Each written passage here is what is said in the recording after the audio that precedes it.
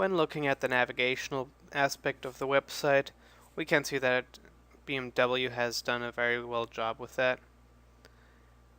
When currently on a web page, we see that it turns blue. When going to a web page, we see that the background turns white and the writing turns blue. So we know where we're going, we know where we are. Same holds true for both lines.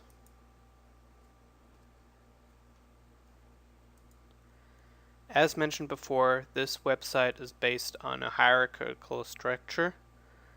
So when you go through one link, you can find the next one. So here's the overview of the X6. Then we can choose between the Drive 50i and the Drive 35i. We go to the Drive 50i, or we go down the road of where we want to go. Model highlights, which gives you then a summary. So that's it for the navigational visual part. The navigation bar itself is consistent, and thus you have no problems with metaphors which you have to think about. It's not heavily picture based, so you do not have to think about what that particular symbol could mean. The problem with the drop-down menus, however, is that, as you can see, they take a large portion of the website. However, they compensate for that with a detailed preview, as you can see here, and they're very helpful in selecting which car you want. So if let's say you saw a car on the street and you're like, oh, I want this one, you do not have to look through the entire BMW 3 Series to be able to find it.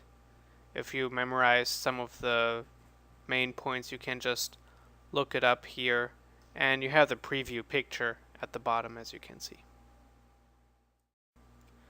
When looking at the website and talking about the colors, we can see that it has an analogous color scheme.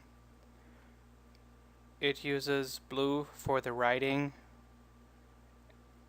and gray for the background, and this same gray, which is in the background, can be found in the writing or black.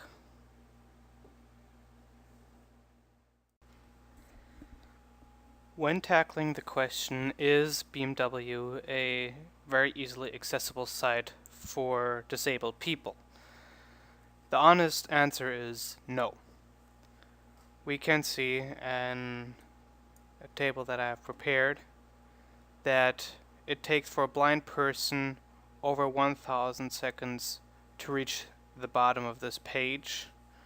It is not in compliance with the regulations for accessibility for blind people. Also, for people with bad vision, this website is not very well done.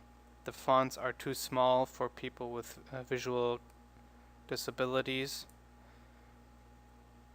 and it is not acceptable for people who have any kind of visual impairment.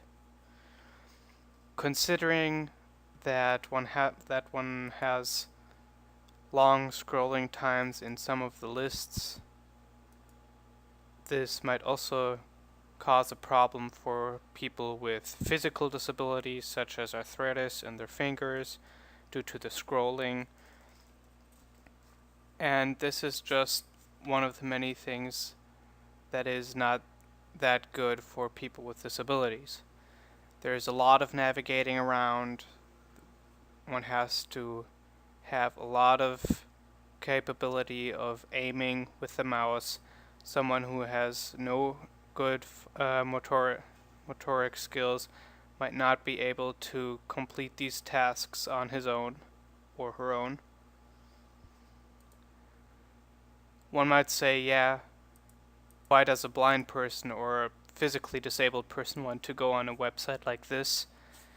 Well, not every person who is disabled does not ride in a car. Some people might have a lot of wealth and still want to be driven around in a car which looks very good, and they might want to make their own decision and navigate the website.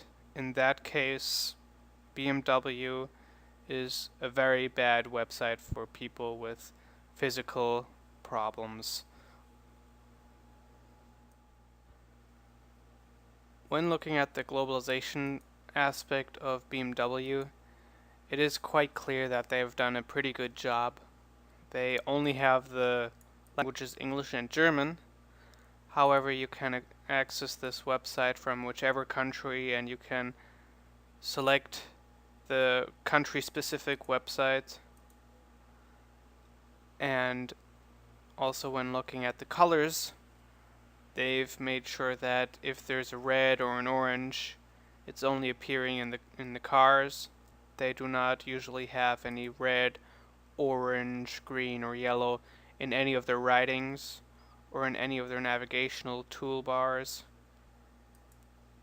They also limited themselves with the usage of icons.